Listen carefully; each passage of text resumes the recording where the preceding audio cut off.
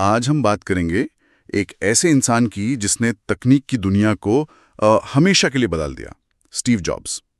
हमारे पास है Walter Isaacson की लिखी उनकी जीवनी का हिंदी सारांश, और हम उसी के आधार पर उनके जुनून, उतार चढ़ाव और उस सोच को समझने की कोशिश करेंगे जिसने कंप्यूटर और फ़ोन को हमारी ज़िंदगी का इतना अहम हिस्सा बना दिया। जी हाँ, और ये कहानी सिर्फ प्रोडक्ट्स या गैजेट्स की नहीं है। ये उस नज़रिए की है, उस अप्रोच की है जिसने डिज़ाइन, सादगी मतलब सिंप्लिसिटी और उपयोगकर्ता अनुभव यूज़र एक्सपीरियंस को सबसे पहले रखा। जॉब्स की कहानी हाँ थोड़ी उलझी हुई ज़रूर है, पर उनका असर आज भी बिल्कुल साफ महसूस होता है। तो शुरुआत करते हैं उनके बिल्कुल शुरुआती दिनों से। 1955 में जन्म हुआ, फिर उन्हें गोद ले लिया गया। बचपन से ही थोड़े कह सकते हैं विद्रोही किस्म के थे और चीज़ें बनाने में, इलेक्ट्रॉनिक्स में रुचि थी। कॉलेज की पढ़ाई तो बस 6 महीने ही की, फिर छोड़ दी, लेकिन सीखना नहीं छोड़ा। सही कहा। और ये जो गैर पारंपरिक रास्ता था ना, मतलब फॉर्मल एजुकेशन छोड़कर खुद से सीखना, शायद यही उनकी उस अलग सोच, उस इनोवेशन की नींव बना आगे चलकर। बिल्कुल।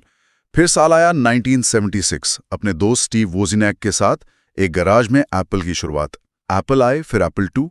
इन्होंने कंप्यूटर इंडस्ट्री में वाकई हलचल मचा दी थी। हाँ, और फिर आया मैकिन्टॉश। वो तो एक क्रांति ही थी।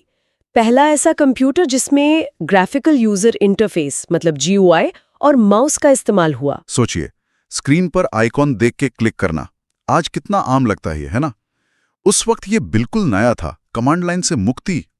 उनका जोर हमेशा अनुभव बेचने पर था, सिर्फ मशीन नहीं। बिल्कुल, ये सिर्फ तकनीक की बात नहीं थी, ये तकनीक को ज्यादा मानवीय, ज्यादा आसान, सबके लिए सुलभ बनाने की कोशिश थी। कंप्यूटर सिर्फ इंजीनियरों की चीज नहीं रह गया था। लेकिन फिर 1985 में एक बड़ा झटका लगा।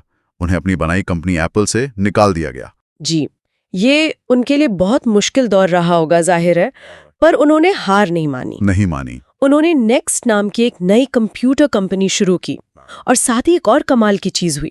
उन्होंने लुकास फिल्म से एक छोटी सी ग्राफिक्स डिवीजन खरीदी और उसे नाम दिया पिक्सार। हाँ, जिसने आगे चलकर टॉय स्टोरी जैसी जबरदस्त हिट एनिमेशन फिल्में बनाई।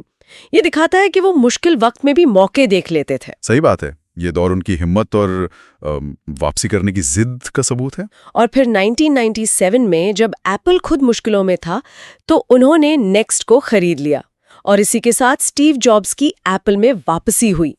ये कंपनी के लिए एक टर्निंग पॉइंट था। और क्या वापसी थी!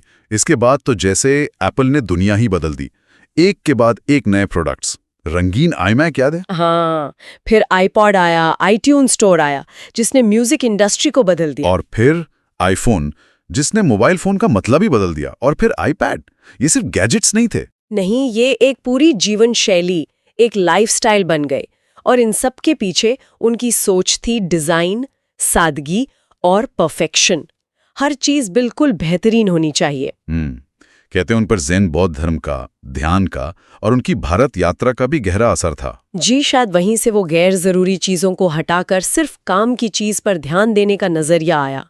उनकी वो बात याद आती है, innovation distinguishes between a leader and a follower. मतलब नवीनता ही एक लीडर और अनुयायी में फर्क पैदा करती है। फिर 2003 में उन्हें कैंसर का पता चला। ये एक और बड़ी लड़ाई थी, लेकिन इसके बावजूद 2011 में अपने निधन तक वो उसी जुनून और उत्कृष्टता के साथ काम करते रहे। हाँ, उनका वो जज्बा आखिर तक कायम रहा, और उनकी सोच, उनका नजरिया आज भी हर एप्पल प्रोडक्ट में जिंदा है। सही। तो उनकी कहानी से क्या सबक मिलते हैं? यही कि जुनून और परफेक्शन आपकी पहचान बन सकते हैं, और ये भी कि गिरने के बाद उठना ही असल जीत है। और सबसे बड़ी बात कि एक अकेला इंसान भी दुनिया की सोच बदल सकता है। बिल्कुल। स्टीव जॉब्स की यात्रा जुनून, जिद और दुनिया पर एक गहरी, अमिट छाप छोड़ने की कहानी है। उन्होंने तकनीक को कला और इस्तेमाल की आसानी से जोड़ा। और इस पूरी चर्चा से एक आखिरी सवाल या सोचने वाली बात ये निकलती है, जॉब्स ने हार्डवेयर, सॉफ्टवेयर और सेवाओं को बहुत कसकर एक साथ बांधा, एक नियंत्रित इकोसिस्टम बनाया। भविष्य में इस तरह के बंद इकोसिस्टम का तकनीक के विकास और जो उपयोगकर्ता हैं उनकी पसंद पर क्या असर पड़ सकता है, ये एक दिलचस्प सवाल है सोचने के लिए।